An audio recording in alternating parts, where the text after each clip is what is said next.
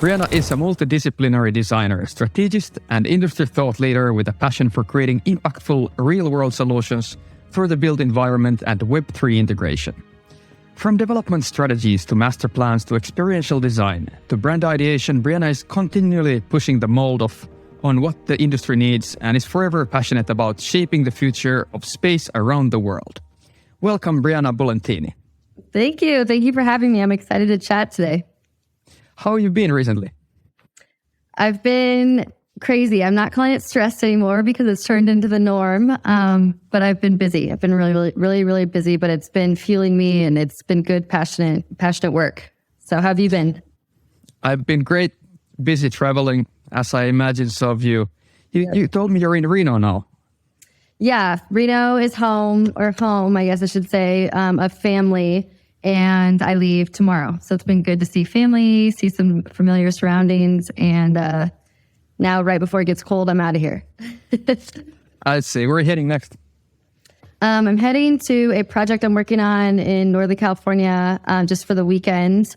We're doing a bunch of labor, planting orchards, building some yurts, pretty labor intensive work. And then New York City, back to New York, which technically is my other home.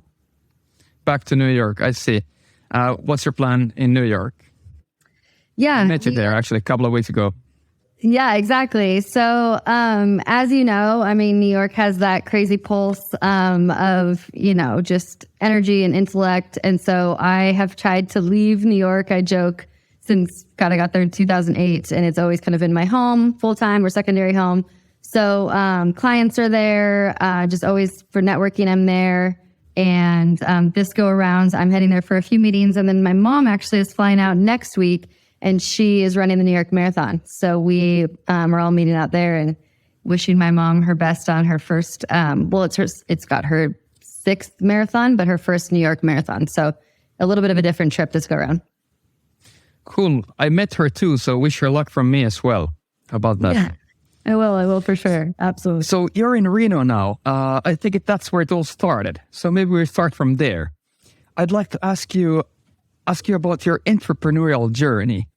As in, how did you go all the way from raw juice business in Reno to designing Web3? That's a pretty huge leap, and I'd like to know more about that journey, what happened. I love it. It's funny because I haven't made that connection as just a serial entrepreneur. There's a million things that I've done. And so it's funny to see okay, from juice to Web3, what is that? How'd you get there? Well, I would back it up to Reno the first time. I'm born and raised, went to high school here. And I think, as any 17-year-old, I think maybe your story is a little similar. You're itching for something new. The whole world's out there, right? And so I've always known my family wasn't a big, internationally traveling family. My dad's side are immigrants. And so I think once they got to the United States, they kind of hunkered in. But I've always just had this vastness for more and other cultures and societies and thoughts. And so I knew that as soon as I was done with high school, I would be out of here. Did I know I would be going all the way to Africa? Probably not. I think I picked the farthest place from home on the map. So I think that's where it really started for me, is I, completely different than anything I've ever known. Culture, food, religion, and I was still pretty young and in my formative years. And so going to Africa really opened up my eyes, that you can always have home and your family is there and that's your anchor, but where else can you go and what else can you do? So I then went to school in New York City straight after Ghana.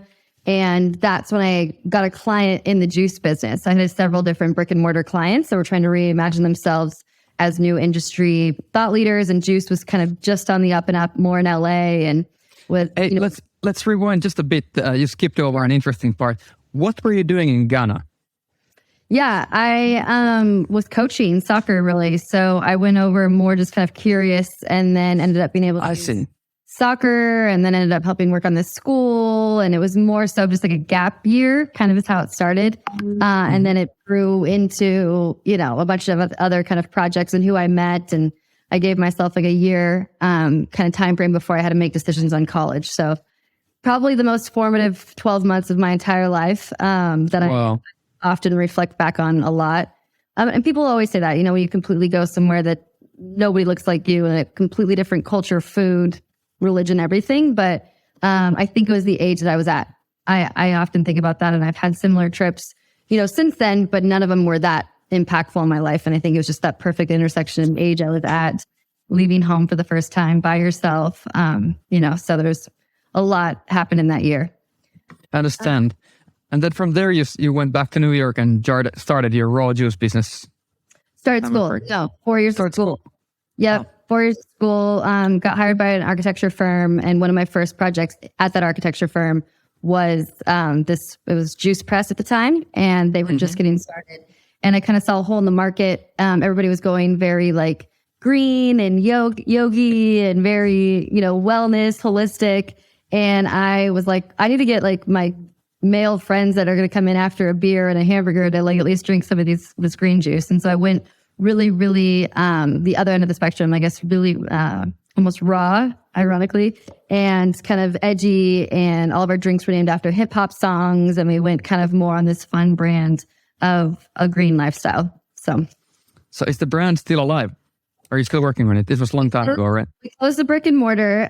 Yes. And I still own the IP. And I often think about if I were to come back and could it be something else? But as of today, no, it does not exist.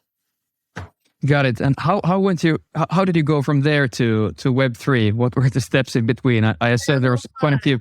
Yeah, there's a lot. Hours and hours probably of conversation. But to sum it up, I come from two entrepreneurial parents. And so I think I've always been more inclined to taking that leap. Or if I have this thought of something I want to create and I don't really see it in the market, I'm just going to go for it, which I'm extremely thankful for. But it also becomes an Achilles heel that you're just a constant startup mode.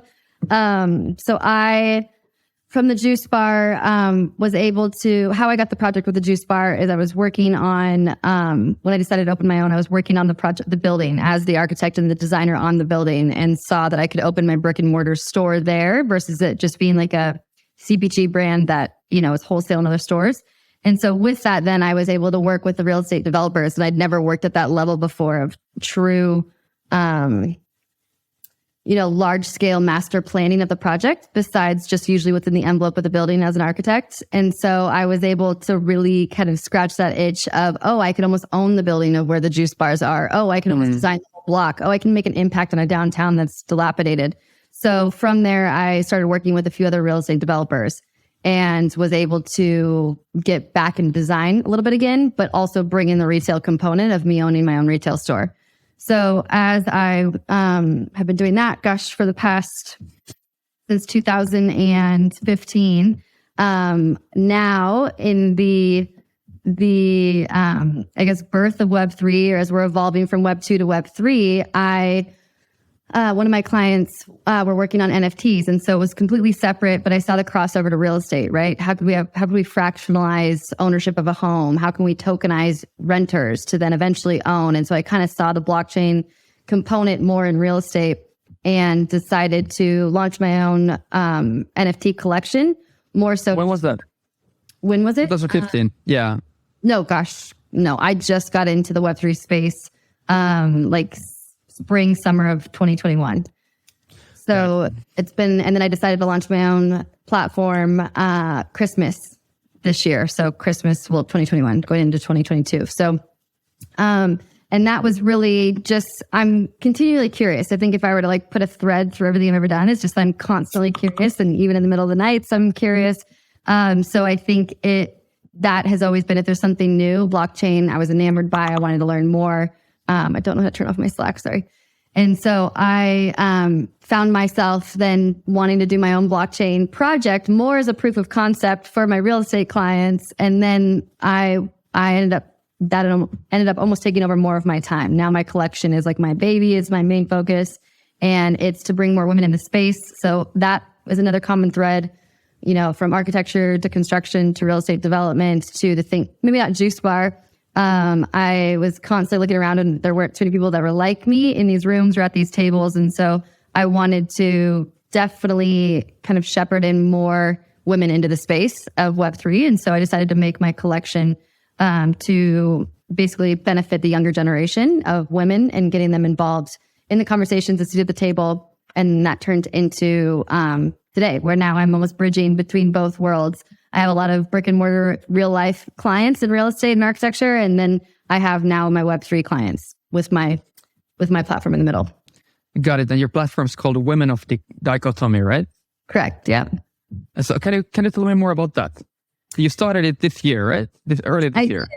Yep. So I started it earlier this year, and we still haven't even gone out to the public yet. It's just been gated friends and family. But it started as like a 10,000 PFP collection, again, as a proof of concept on blockchain, just because I saw a hole in the market for women to learn about the space. And then also just for girls to eventually have a seat at the table to build the future in any realm.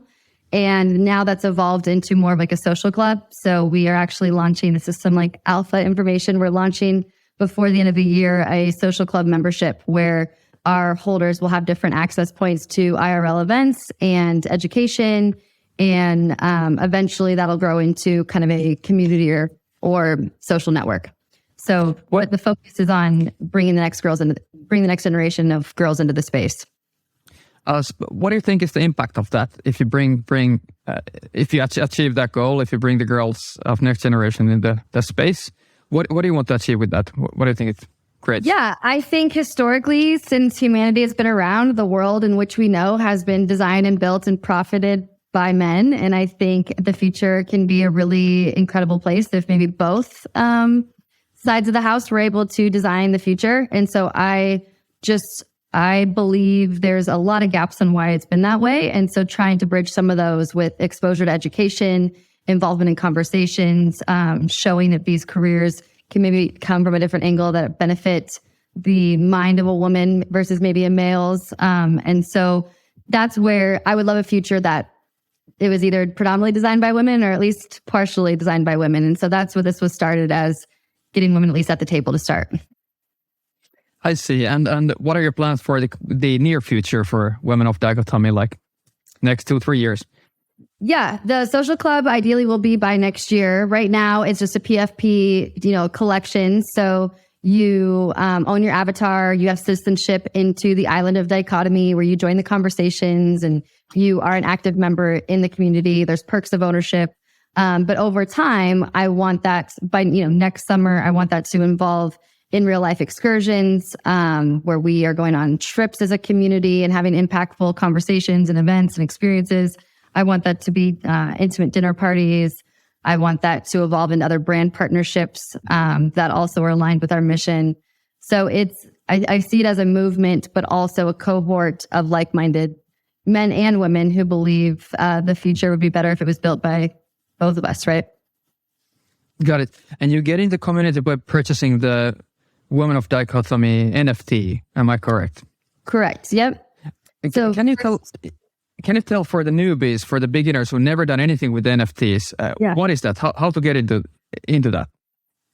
Yeah. So a NFT is a non-fungible token and you're buying into almost a brand in some way. And so ours is a membership. So just like your gym membership, right? That you have yearly, you get access to the gym or to things that, the classes in the gym, the equipment. It's the same exact model that you buy into this membership and you get access to talks, to the education that we're putting out, which are tools. You get access to events. We're doing a thing at Art Basel. So you're buying into a membership. And just like you would buy a ticket, this just happens to be a ticket on the blockchain so that you can compile other things on there. Eventually that could be your access to other events. So it all lives on chain is the reason we decided to do this through Web3. And on your website, all the women who have purchased NFT from Women of Dichotomy have a very cool looking avatar. And my question is, have you designed all those avatars? Yes, those are all my inspiration, I guess, the inspiration behind it came from when did women really build their own colony? When was the last time in history, whether it's, a fantasy or reality, when was the last time that women really dominated their own nation state? And so I drew a lot upon the mascara where Wonder Woman is from and her narrative a little bit, but I wanted to fast forward and have them be in the future. So they're these regal women that have this sense and attitude. A lot of them have different facial expressions of dominance and paving the way for their future.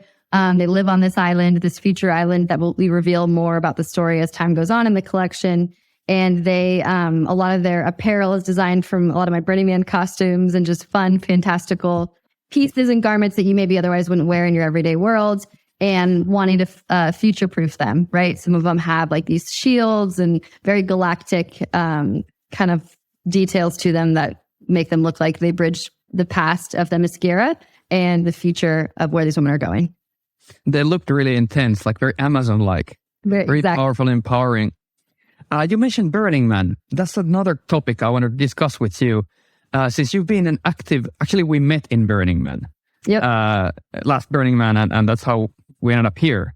I'd like to know about your story. You told me that was your 10th burn. So when did you actually... My 9th. So next year will be my 10th. 9th. Yep. Got it. So how'd you get into Burning Man? And it must have shaped tremendously your worldview and the birth of these businesses.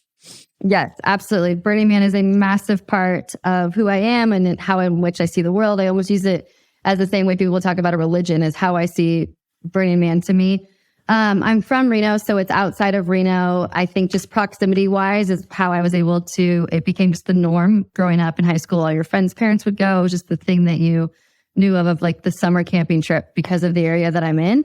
And I do often wonder if I have more of a passion and a respect for Burning Man because it's in my backyard than I would if it was in the middle of Arizona or Colorado or some sort. There's definitely a Nevada pride to Burning Man for me, and that it happens out in the desert, which is a climate that I really respect in a lot of ways. So I, have been going not consistently for 9 years, intermittently here and there, especially during when I had my startups. It's like hard to get away. But there's always this sense of renewal out there, this sense of like finding your people and the magic that happens out at Burning Man. I owe a lot to just how in which I go about every day of my life.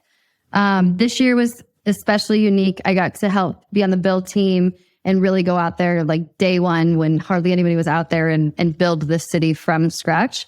So coming from a background in city development and real estate where, I get to construct these projects in a grid in an already existing city, watching the city come to life this year was absolutely incredible. And being a little part of that, understanding even the nuances of electrical, plumbing, environmental, streets, like hierarchy. I mean, there was so much that you really kind of get to see before the event actually happens and the gates open and the public comes. So this year was extremely powerful, and very grateful that I've been able to kind of peek behind the curtain. I agree with that. Actually, for me, the build week, the week before the Burning Man started, was the best part of Burning Man. There's something very special about building stuff in a dust storm with a group of people. It's very fun. Would you say all these 9 burns that you've been part of have been different, or did you do the same thing twice or thrice? No, they're always so different. Even if you camp with the same friends or same area, it's still just every year is so different. You're different. You're in a different spot. You're seeking different things. It's every single year has been so different. The playa and the location that it's in is always like your anchor or your consistency in it all. But it's, every year, which people, often say like everybody's worried about the burn being gentrified or it changing too much or it's too commercialized. And I think it's an evolution, right? I think the fact that it's going to change substantially. Rumors have it the man might even be a drone soon and we might not even be burning an actual man. Like there's all this hearsay, and part of me is like, let's embrace it. It's evolution, and so is life, and there's something to it versus, holding on to this idea of what it was your first burn and things can't change. So yeah. Actually, that was my first Burning Man. I thought it's just a party because I met the people who go there just for party. And then I met the right people who go there to build stuff and do things. And these people convinced me to come. And I was very happy to see the real Burning Man, which is so much more than a party. As in the build week, 1 week before the party starts, people already do things there. How do you think it shaped you as a person going there for 9 years in a row? If you look at yourself 9 years back then when you went there for the first time into the burn, and you look at yourself now, how do you see the change? Yeah, it's a really good question. I did a lot of that reflection out there this year. The obvious is it opens your mind. Nothing, you're accepting of all out there. And it's not just because you're spoon-fed that and you're told to be that. It's just you somehow someone just recently did a podcast on like the science of why we're more accepting and more loving out on the burn, of like frequencies and people's chakras being open and you're able to receive. But there is, I think, a lot of that I've carried over to the real world where you see the masks and you see all of the stigma come off of people, even if they're in costume, right? You almost get to embellish and be your ideal self out there in character. But let's just say like the everyday stigma of who you have to be in society comes off. And so there's this rawness and this vulnerability and this realness out there that I try to take and encapsulate out into the real world where, you know, meetings that I find myself in with people that I otherwise would never run into. And instead of going from a place of judgment, I come from a place of like, okay, what's behind that mask? Okay, they're putting on that mask for a reason in this office. Like what is behind there? And it's been able to allow me to see people maybe that I never would have if I didn't go to Burning Man for so long. I try to incorporate play in everything that I do. I live a very adventurous life. And if you were to ask, I would hope most friends, I think the first thing they would say is like, I always try to make it as fun, and everything, even if it's the most laborious thing, should be an adventure and should be a sense of play. I think Burning Man, I mean, I was on the staking team this year. We had to stake over like 10,000 stakes, like super labor intensive. And it was like the most fun day out there of the whole month.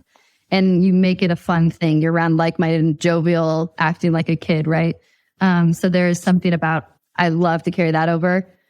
I mean, you know, the typical moop, like leave no trace. I try to, you know, pick up trash, the normal like civilian things that I think Burning Man is ingrained in me. If I see trash, even if it's not mine, pick that up, leave no trace, leave it better than how you found it. And then again, maybe this is my background in architecture, but I still think a lot of it has to do with Burning Man is just literally you can build anything. Like I've seen the most insane things that don't even seem like they could possibly be real. And you believe that you truly, with like a group environment and help, you can literally build anything. And Burning Man reminds you of that. This entire city of 80,000 people is built in the middle of the desert for 1 week to enjoy it and completely burned down or taken down, right? So there's something about that if you're struggling on a project or, you know, you could do it this way, or you could really push the limits and do it this way. I think Burning Man's really ingrained me to be like, let's continually push it this way because you can, it can be done. So. Have you had a lot of opportunities in these 9 years when experiencing and building these crazy things, testing your ideas, which later on formed into business or business opportunities or at least partnerships? I personally haven't. I've been involved in a lot of them. None of my, you know, personal ideas have I tested out there. I did take one of our juice flavors and did like a taste test out there the year I was opening the juice bar, but I never got to like Google Glass was tested out on the playa, or I was part of this off fossil fuels initiative this year that we piloted out on the playa. So I've been involved with several projects, and I love that about the burn too, is that it's this breeding ground of testing ideas and seeing if it's, you know, collaboratively everybody's input, if this could work out in we call it the default world of the real world. So that's another huge perk that I think that story often isn't told about Burning Man. And that you get to test the stuff. Yep. Yeah. I understood you worked for the Burning Man organization for many years too, right? No, I have always worked in proximity, never really for them. I'm actually looking at something like formally now with the org, but I've always worked, yes, really closely in proximity and been with the founders for years, working on the real estate side. So yeah, close, but not formal. What advice would you give to people who would like to work, let's say in proximity of the Burning Man organization, benefit the project and you know, experience stuff there, getting to build it somehow? Yeah. I mean, I think working with an organization like Burning Man, period, is just the camaraderie of working with people that love building at that scale. There's something, even if you're not in the built environment career, right? You could be a doctor, you could be a teacher. There's just something about that energy of working with people that have that kind of large scale vision is so rewarding and just continually blows me away every day. I'd like to think I'm an eternal optimist, but you're with these people. They're like, yeah, we'll figure it out. Like the generator's broken. We don't have our tools today. It's a dust storm, but like, we'll figure it out. So I think I encourage everybody to work in that environment. That is the magic of Burning Man. And then the organization, it is a year round position. It's a year round. I don't know how many employees they have full-time year-round that work on different initiatives beyond just what happens at Black Rock Desert, but burns all across the world. They are involved in so many other, partnerships and organizations. So what they stand for is much more than just that week, in the summer. And I can't emphasize enough about the reward. And again, I know there's all different careers, but like myself, who finds myself behind a computer and like that grind of New York City, go, go, go, everything's tech and the future. There is something about labor, using your hands, building from scratch in the desert, no technology. I was there for a month, but let's call it the week of pre-build. And there's nothing in the world like that. And we don't get to do it too much anymore. I guess you have people that do Habitat for Humanity, or you go and you build, homes off the coast or tornado ridden. I do believe there's something about that magic of like stepping back with a group of people and you realize what you just built is pretty incredible. So I see. Yeah. I experienced it. That was astonishing. And there was, even though it's an event with no technology there on the playa after the build week, that there are a lot and people are testing a lot of crazy stuff and it's very futuristic environment in that sense. Yep. You call yourself a futurist as well, and many other people call you a futurist too. Could you describe what that means a little bit to be a futurist? My personal opinion is I am constantly pushing the mold of how things can be. I love on any project I'm on to not think of how it's going to work today as is, but how can this evolve? How can we plan for what's going to be in 20 years? Nobody knows the future. We're all building towards it, but nobody can tell what the future is actually going to be. But I believe in the idea of at least thinking it and welcoming that into the conversation. I believe curiosity always guides that towards innovation. I rarely look back. I look at history for obviously inspiration, and you can't build the future if you don't understand how we got here. So history is important. But for when we are designing these buildings or when I'm working on a brand, I tried to imagine how can this be in the future and how can it make the future more feasible. One of the projects I got to work on that's probably the most applicable to this is a prototype of the city on Mars. And so I really, truly had to imagine nothing like that exists here on Earth. I had, obviously, you think about food and things that we are familiar with, but you have to fully imagine that this is the norm, right? There is a society that's up there. Where are they working? Where are they living? What are they striving for? Do they speak the same language we have? Do they have religion? So this idea of having to fully be in the future a lot, with my job, and I would even say for this Web3, right? Web3 is just getting adopted.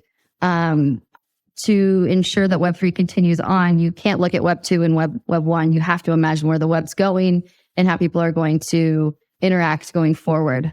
So I think it scares a lot of people, but I'd much rather be at that front seat than to be building just be existing and be building something that worked in the past. And I love pushing. What do you think it scares a lot of people? The unknown. None of it's tangible. I always joke, like you can't see my notes here, but I cannot have a lined piece of paper. It like restrains me. I need white, solid, clean papers because I need to create myself. And so it doesn't scare me. You sometimes have a white piece of paper, a blank piece of paper, someone they're like, oh shoot, where do I start? Where am I supposed to be up here first? I need a line to write on. And so I think maybe that same idea of it can kind of scare someone. We could be anything. The future could be anything we make it. What is that, right? And I love that idea because then we can maybe forge it ourselves versus having to stick to a set, rule book. And I think the future, unfortunately, and to unpack that further would be an interesting conversation, has been portrayed to us in a really scary dystopian way. I think the future is scary because that's all we've seen as the future. There's very few scenarios that I think we've seen the future in a very, I want to go out and build that tomorrow way, or I have the power to go and build a, utopian or positive future. So I think when you ask people to get in the frame of mind or mind frame of the future, they get, because they've been conditioned through media or narratives, that it's scary and doomsday. And I can't adopt that kind of point of view. I think if we get to design the future, it could be any way we want it to be, right? So, yeah. What do you think? What do you think we as humankind generally are inclined to imagine a scary future, a dystopia? It sells. Maybe it sells, but I would like to hope, and I am in the camp that believes we innately are positive human beings and we innately believe in each other. We see that magic out at the burn, which I know is an anomaly, but I don't know if we innately come out of the womb conditioned to think that this is the end, right? I think we innately believe we can work together and build something incredible. So now marketing and sales, yeah, I think it sells really well. Fear-based economy, we've experienced that the past few years with a pandemic and what's going on. I mean, there is a form of control there, government-wise and population-wise, to someone that's fearful versus someone that's empowered is harder to control. So I believe that has been why most narratives have been this idea of it's almost a form of suppression, of just being able to scare and almost, not enable the individual to create their own future. How would you give advice for people who are feeling hopeless about the future? What would you say to them? How to get hopeful about what's coming? Yeah, it's a really, really good question. This comes up at least once a day in any conversation I have, and I don't want to call it that it's allowed to happen. It's more so, it is scary if you look at it from that lens, right? The environment is unknown right now and worse than maybe it's ever been, of doomsday with climate change, if you want to take that narrative. The government policies, we don't have faith in our officials anymore. There's even just society of like, who can you be? What do you want to be? There is a lot of like that fear that's coming up in conversation. And I think that everybody's talking about it, and we're talking about a bear market. We're talking about recession. So it's the language in which we're using that everyone almost at the grocery store, at the football game, that's like their common thread that like, same we saw that with the pandemic. It was like the first thing you talked about with everybody because it brought you together. So I think if we were to talk about the positive things when you first see somebody that's bringing us together and telling that story of a narrative, I think then that will start to ripple effect.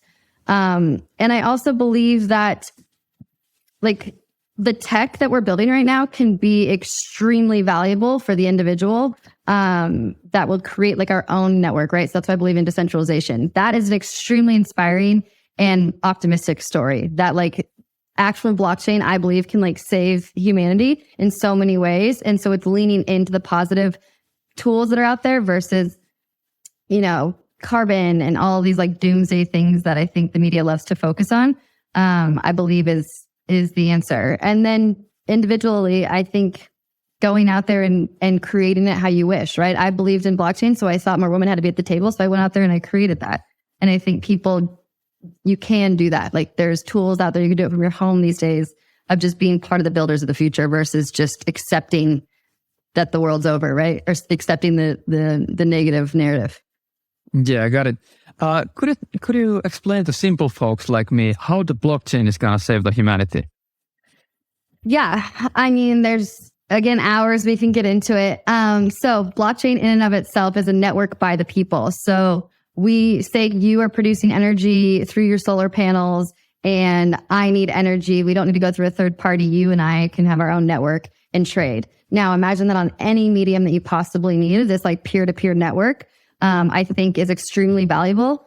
Perfect example today, my friend Tegan, she's heading back to Bali. All of her medical files and information on her, she's going to have it print old school to then fly on the plane, take it to her doctor, try to translate, versus if all of her information was just on blockchain, the doctors could have it that travels with her for life. It's called soulbound NFT that travels with you. So all your medical history, blockchain, I believe, can solve that. Votership, everything we're dealing with now going into the elections right now, that can all be on blockchain. True transparency, true budgets of the economy of where they're spending money would all be transparent on the blockchain. It would completely ratify politics if it was actually visible on blockchain. Obviously, crypto is our monetary exchange on blockchain that's peer-to-peer shared without, the interruption of the Federal Reserve or some government middleman. It's true democracy. It's what democracy was invented to be that has unfortunately been abused, and blockchain can actually be that, like open source ledger of democracy. And for people who want to get into it more, what would you recommend to start from? Where do you recommend to start from? Getting into blockchain and NFTs. That's a good question. My holy grail in the space, his name is extremely hard to pronounce. It's Balaji. I'll have to spell it out for you, but it's the network state. Look it up. He is, I believe, Balaji on Twitter, and his book will break down. It's hefty, but it's worth it. I recommend that to everybody if they're like, how do I get into this? I don't recommend studying Satoshi, the inventor of blockchain, and going into Bitcoin. I don't think you need to go that technical. I think just to understand metaphors of practices we have today and how those will be changed with the help of blockchain. The network state is an incredible read, and he's got his podcasts, and even just his tweets are really well succinct. And that's a good place to start to understand. He calls it the birth of the internet civilization. He thinks we're just at its infancy. We're talking like Neanderthals in the civilization of what the digital economy will be and civilization will be as we start to have this digital identity, right? Our avatars, we're going to have an entirely different existence in this other form, and blockchain is the construct of that. Got it. So I take it the hopeful future that you envision circles around blockchain. Correct.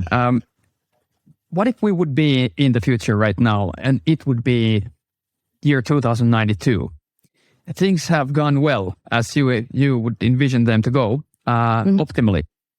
How would it look like? Could you describe the situation of the planet, humankind? What do we see outside of our windows, etc.?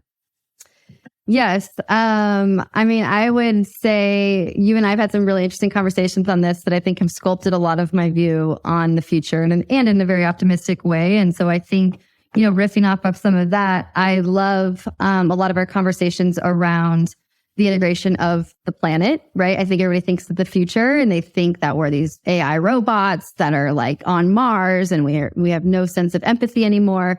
I think we'll be even more in touch with the true power of, let's call it planet Earth, eventually other planets and life forms.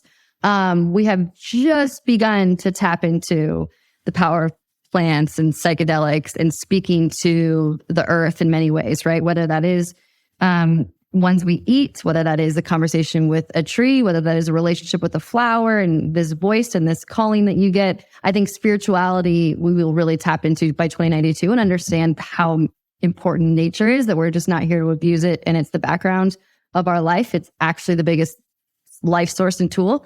So again, I think that's always a fun one to throw in there because people never expect that of the future, to get closer to nature. I believe this is a fun one. I believe, there's like, what do they call it? Like the dud or the dead part of your DNA or the junk. I think it's your junk DNA. We have it for a reason, right? There's several strands of each of our DNA that we're not using right now and tapping into. And I think we'll finally unveil what that was actually supposed to be: higher consciousness, different forms of like intellect and intelligence that I think we finally will get into like the junk side of DNA. We realize it's actually the most powerful side. And I hope we figure out true collaboration. It's clear that we were designed as a tribe, that there's multiple of us. It's clear that you come from a family. It's clear that you come from, a nation state or an area, a tribe. And we have like run from the hills and gotten so disconnected from each other. And I think we're hopefully in the future realize like the power of unity and coming together and what that could actually create will be without some sort of it's funny, I often go back and forth on this. I believe that we always are going to have alpha and beta. I think you're always going to have some sort of threat that you're going to have to fight so that you could, kill that to feed your kids. I think we couldn't just live in this total utopian world where, you are all, everything's perfect. I think there needs to be strife in some way of some sort of balance, right? Maybe it's a little stoic of me, but I do believe you need some sort of strife. And so it'll be interesting to see, does that change where it's maybe not each other, right? They aren't nation states fighting each other, but is there some sort of other, what's the other that we have that kind of brings us as maybe humans together or brings us as higher consciousness together? I think will be an interesting kind of world to uncover. Do you think people are going to look like the avatars in your website? That would be awesome. Yeah, that would be great. How do you think the fashion's gotta be in 92? Yeah. We always need self-expression, right? It's so funny. And you see as tech as like the most future people on earth today, and they have like the same uniform. You and I joke about this too every day. I see you in like the same uniform, and it's just easy because you travel so much. So it's like, where do we find other forms of expression, right? Or is our flesh avatar just simplified so that we can then accentuate this digital version of ourselves? Or I don't know. I think I've always had a hard time with fashion. I think it's one of the most wasteful, fast fashion is one of the most like wasteful industries on the planet. And a lot of it comes from unfortunate vanity. And I think I've always had this like plug and play relationship or tug and pull relationship with fashion. But I think self-expression is going to be really interesting in the future. Even down to like, I don't know how long this is going to last, by the way. And I hate saying that, and I don't know how to like riff so far, but I don't know how much like this shell of our body today is going to be relevant. I think a lot of it's going to be our consciousness. And so how does that then go and express itself? It wouldn't be fashion, because fashion truly is to protect our clothes, and apparel is to protect ourselves against the elements, right? So if the elements no longer, I don't know, that it's going to be a different form of expression is what apparel is going to be. And it might not be physical garments. Yeah. I was talking to one girl in the fashion industry the other day, and her idea about future fashion would be smart clothes. So something like a tangible hologram that you would wear, and you could choose every day what it looks like and all the details, and you would have only one object to wear, actually. That would fit in all the weather conditions, cold and hot and whatever, and that would save huge amounts of waste. So much waste and time and space. Imagine New York and not having to figure out my closet in New York City. That'd be so great. Right. But there is something about expression. So if that one garment can change, I guess I was thinking way further out that I don't know how much we're going to need to express this vessel of flesh. I think it's going to be a different form of expression. Yeah, I understand. Especially with metaverse, you can already actually create your own avatar and look whatever you want with your friends. Well, how much are you into virtual reality? Have you been working with that? Yeah, I am way deeper in it than I thought I ever would be. And it's this constant check-in to my core values of hugging trees and feeling dirt. And I love a good sunshine. It's the wind blowing on your face. And I'm over here, designing. I just finished 2 projects in the metaverse, and it's like, I want to continue to expand humanity. I believe games and education is insane what we can do with virtual reality, right? Of like where I would have learned a lot better if I could actually go to ancient Rome when I was learning about ancient Rome. If I could actually pick up the kidney and understand the kidney, like I would have learned a lot better if I had VR growing up as a kid. So there's a lot of that I see. I just wonder until it gets abused, right? If that is our whole identity, if kids are choosing to go on a hike in the metaverse versus going out to Lake Tahoe and going for a hike, that's my fear. And so I'm constantly having to check myself as I'm working with a lot of these brands in this space of, are we extrapolating a problem, or are we opening up a portal to something that we could have never imagined that could be, incredible. So let me back that up too, that I believe the power, again, in the future is blockchain. So if there's a way that we can design these crazy worlds in the clouds, how does that go back to streamlining a process, which is blockchain? The metaverse today is not blockchain. Meta is not blockchain. Decentraland, not blockchain. And so it's owned, I think Apple takes like 42% of anything that's going to be in their metaverse. I think the Facebook Meta is a little bit less, but like it's a centralized conglomerate of a company. So it's the furthest thing from blockchain. So I think that is where we'll see some real magic if these worlds can actually be built by you and I and the people versus big monopolies. How much do you spend time in virtual reality these days, like average every week? It was a lot more before, like a month ago. I just wrapped up some clients, but I was in there, 3 or 4 times a week. Meetings like this would happen in the metaverse in the headset. It's cool. Like, don't get me wrong. There's, we're Zooming. We're in a form of the metaverse right now. You're not sitting here in front of me. So there is a way to like elevate those experiences, digitally.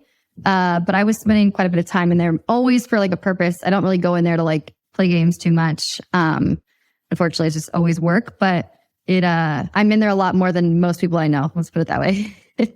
Yeah.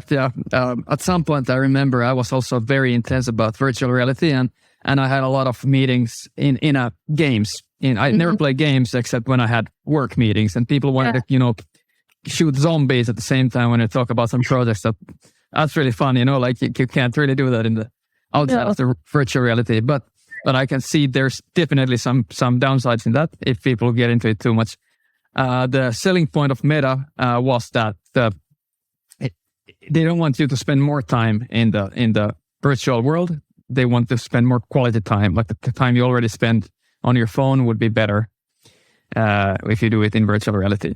I think that sounds great. I think everything starts with a good mission, right? And then things get abused. I mean, look what McDonald's was trying to do was just to make, a burger a little bit faster because you were going on road trips. And then look what it's done to the health of America.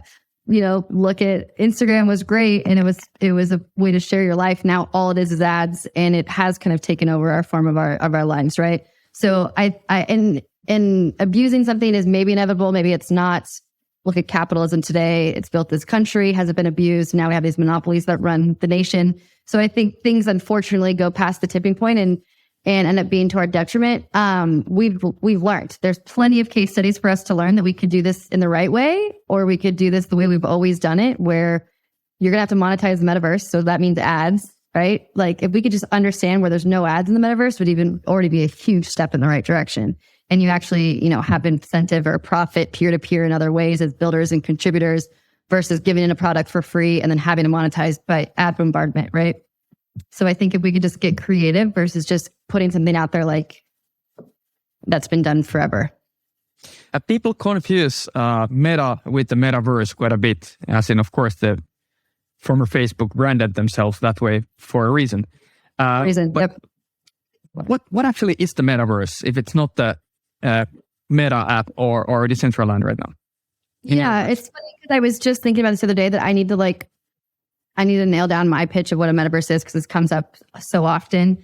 I would say we're in the metaverse right now. I would say we've entered the metaverse as soon as we got off of, I don't know if you're familiar with Web 1, Web 2, and Web 3, but Web 1 was we look on a website page, there's no interaction. I'm looking something up and I'm reading it and that's it. Web 2, now I'm able to Yelp and comment. I'm able to Reddit. Now there's this interaction going back. I'm able to interact with this other thing, right? Web page, person, Uber, there's a reward for us. There's an exchange happening. Now Web 3 is multidimensional. We can have existence in there. So now I get to own my data, my lifestyle, my health records, my social security number. So now that's all on this chain that then has multiple nodes off of it, right? So now I become like the ledger. I'm the web node, and then it spawns off from there. That's now Web 3. So I would call that now more metaverse as soon as it gets, I think, virtual, where now we have an identity in this IRL life, and then we have an identity that's monetizing, that has conversations and identities and relationships and incentives in this other world. That's the metaverse to me. So and there's a bridge between both. Obviously, they're saying, the new Facebook login is going to be your wallet, which is your identity. Your wallet is essentially going to be your social security number, going forward. And so that can go back into the real world. And it's that portal, almost like Avatar, right? Back into the digital world and then back to the real world. So to answer your question, sorry, that was long-winded. Everybody's different. I believe the metaverse is any relationship that's happening virtually like this, that's not in front of me. That's when the metaverse truly started, right? But so your answer is, your answer is that we're kind of already in the metaverse, using it every day. Years ago, even with video games, the fact that I could be playing somebody that's in Japan right now, live, talking to them, conversing with them in real time, that's the metaverse to me, right? I can box with Mexican kids right now where I am right now in this room. It's really fun. I love that. Okay, that's great. So that's the metaverse to me. But yeah, some people believe it's not until we are physically walking in that world and physically living there, physically going to work there. Or I think you look at half the games these kids are playing, they do that. They have a world there, they have a home there, they go and pick up their goods there. They have this like digital identity already. So Metaverse is not one place. The metaverse is this whole virtual digital identity. I love how Balaji said that it is, we just are starting the internet civilization. I really like that word because you imagine like all of the pieces that create a society and a civilization. Like we're just in the infancy of what that looks like, right? I don't know what that looks like is how we leave behind this world. That's the fear of everybody is the metaverse takes off. That's great. But what happens to this vessel? We've seen all the dystopian stories of what happens to it in these sci-fi movies. It'll be really curious to see if there's a revolution and a revolt and we come together more as humanity in real life. Do we wither away? And we do end up being able to, no longer deal with disease and war and environmental issues because the metaverse has answered that. It'll be interesting. It's going to be crazy to see. Totally. Have you seen the movie Ready Player One? I have. Yeah. I read the book first. Yeah. I haven't read the book. I should have. I've only seen the movie. How likely do you think that's going to happen? I hope not. That is the dystopian perspective. I had that frame of mind for so long until I really spent time working with builders in the headset of like what they're working on, education being one of the biggest ones, healthcare being another massive one. I think it is one scenario. That could be what happens, or we could have a positive one, right? I hope that humanity would agree, a majority of humanity, that this is way more valuable in real life. I think I have way more impactful experiences in human flesh than I've so far had in the headset. So I'm going to continue hiking real mountains. I'm going to continue going and seeing Paris in real life. I'm going to continue hugging my friends in real life. They're all the time developing more and more haptics and haptic suits and whatever to, I think, send very soon. So so it becomes more and more. Question: what does it mean to be human? We've always assumed it's this beating heart, it's this flesh, but does it? Is human just mean connection? Does human mean my stimulation of my brain? What does being human mean? And we're asking some pretty profound questions right now, right? And what that existence looks like. Are we supposed to be in control of that? Was humanity supposed to always be in this earth, in this flesh, or was humanity meant to just evolve? And maybe that means in a virtual way. Yeah, I understand the point. I guess that's a question that changes all the time, and I guess we'll see. Can we replicate it in the digital world? What do you think right now? What does it mean to be a human? Yeah, I've never feel more human out to the playa. I know I owe them my life, but there's something about human connection there. There's something about building everything from scratch ourselves. I think we've gotten so removed from the human idea. We don't know where our food comes from anymore. Shit just gets delivered to my door packaged that I did one click to get there. The idea of like, I think being human is like being one with this earth and fostering it and having this like, I have to work for what I need, whether it's building my home, gathering my food, even going into like laboring your children, raising your children. I think that's just been so removed now because of like how fast we're living life. And it's just, you don't have time to raise your kids anymore. You don't have time to cook dinner. You certainly don't have time to grow your food. And so we've kind of even already lost touch of what it means to be human. Things are so automated now. To me, being human, and why it comes so strong out on the playa is you don't really grow your food. It's a harsh desert, but you have to cook your food together communally. You have to build all your shelter and structures. You're around you're constantly around people. You can recluse, I suppose, but you're constantly in conversation. You're meeting everybody. You're hearing different stories. You're building. So that very like tribal idea is what I believe being human is. If I were to go back 1,000 years and go, where we were more primitive, I wonder if I would have said the same thing. Like, was this the ideal version of being a human? They might say, no, I wish that I could have leisure. I wish that I could have time to, take in the spring when the flowers are coming up. I don't know. I think as we're going more digital, I've constantly, even myself, I'm like thinking about how can I move remotely and live off the land and like going back more humanistic touch with nature because things have been so digitized. So I think that the polarities are interesting. Yeah, you need to put in efforts to get the balance. about the Burning Man connection to humanity, I think one other thing there at the playa while living in the desert is very interesting is that the titles don't mean so much. Because you don't know who you're going to meet. Many people have masks on and whatever, even if that's somebody who is used to admiration, he doesn't maybe get it at the playa. People are meeting each other kind of for the first time, and the humanity is there as a first touch point. And after that, only comes the stuff that you've done, you've been, your job title, your age, your professional, all that stuff, which I think generally overlaps the human element quite a bit in our daily encounters. Totally. Status, validation, hierarchy. I agree. And you're always in the moment at Burning Man for some reason. You're always, well, there probably is a reason, but I couldn't put my finger on it. But you're constantly like fully in the moment with people. You're at an art sculpture. You're at some sort of, wherever you find yourself at Burning Man, and you're in that moment with those people that you're right. They could be heiresses of India, and you still are on common playing field or ground because of like just this connection of being in that moment fully. Another favorite thing about Burning Man is you never care what time it is because time is irrelevant. I also believe time's a construct in the real world too, but we don't need to go down that rabbit hole.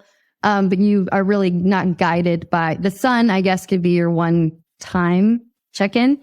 But you are exactly where you're supposed to be at that time, right? Like you are, if you missed the show you wanted to go to, you're exactly where you're supposed to be. So there's something about that. I struggle with that a lot. I'm very type A. My full day revolves around a calendar. I've got a million places I got to be and do. And so to remove that from my day out at Burning Man, I'm so much more present. And it just takes off that like stress of like having only this short period of time to be somewhere. It's like, I'm going to leave here when I'm ready to leave here. I'm going to go eat when I'm ready to eat. And you just kind of, you let life guide you. And I always try to take that back as much as I can in a more structured world, back to the default world. But Burning Man does, and there's been several talks about it, of how it's frowned upon to say what you do, who you work for, your status, your title, even if you are recognizable, you're a celebrity or, somebody, it doesn't matter out there. And it's almost like frowned upon to even bring that up. And I think it's because we're also, we've seen that maybe to a detriment in the default world, that status has like outgained or, financial has outdone just true humanity. For sure. I think we're running out of time in a bit, but I would like to ask you one last question. The people who feel desperate about the future, but they want to do something, they want to feel hopeful and they want to create hope in the world for humanity in the future of humanity. What advice would you give to them? What could they do? Where could they go? I love it. Base, be curious. I think a lot of people accept and kind of just assume the narrative's going to be written for them. And I cannot encourage even, the young generation, but even our peers, even my parents of like, well, get curious, ask that, look it up. Don't just accept that it's been this way. Look that up, get curious, right? Because once you Pandora's box, you'll go down the ether of many things. So I think that is just a rubric. I use that. That's my number one core value every single time. It's written on everything I have of like, stay curious. And you'll find your involvement in some way. You will get wrapped up into some sort of way of a team that you could build and be a part of change. So that, I also think that there are, curiosity is the first step, but there's a bunch of groups, like finding your community. And I know it sounds so cliche, and we found our community in high school, and then you find your community in college. It's find your like-minded community, not just the people you can go to a Friday night and get drinks with. Like find the people who think like you, find the people that are passionate about the things you're passionate about. Like get to like the nuances of like the niche community that like, I have a community that I'm obsessed with, that all we talk about is the intersection of technology and real estate. And it's like my favorite thing to just like spend hours talking about. And I can't have that conversation in very many rooms, but I can have it with that little community. And they keep me hopeful of what we can do in our little circle of the future of real estate, right? So I think just like find your people and don't just accept to have, we all love community. We all love having friends. We all love to be accepted, and that's great. But then like get even deeper and like find your true community, right? I think that's really important. It's done the best for me to stay motivated and feel that I can contribute to the future. And then this is so cliche and cheesy, but I forget it all the time. And maybe it's coming from a place that I'm just home right now and spending a lot of time with family that I don't get. Is like I think the biggest impact you can make on change is like go, and it's Mother Teresa's words, like go home and love your family. You want to change the world, go home and like spend time with your family, right? And like love your family. And just don't forget that like, you know, your kids or the next generation or the influence you can make on your small circle is also shaping the future, right? Especially for futurists like us. We talk about these big talks on world stages and you impact, like, don't forget to have these conversations with your uncle who maybe otherwise wouldn't. Don't forget to go and teach these kids that are, you know, your younger sisters or brothers about this as well. You can make really big impact of like being present with those you love too. And that also will sculpt the future. So kind of cheesy, but I do feel that more than ever right now. Travel over, I don't get to see my family enough. And I've had some really impactful conversations that I could just see my parents' worldview opening up that I otherwise would never have gotten to have. So just don't, you know, it's the obvious low-hanging fruit, but it's important. So. Got it. Thank you, Brianna, for a fruitful talk. It was a true pleasure. Every talk we have is always so informative and exciting. We volley about the future very well, so I appreciate it. Certainly. And I think that's it, folks, for tonight. Brianna Bullentini, ladies and gentlemen. Yeah, thanks again.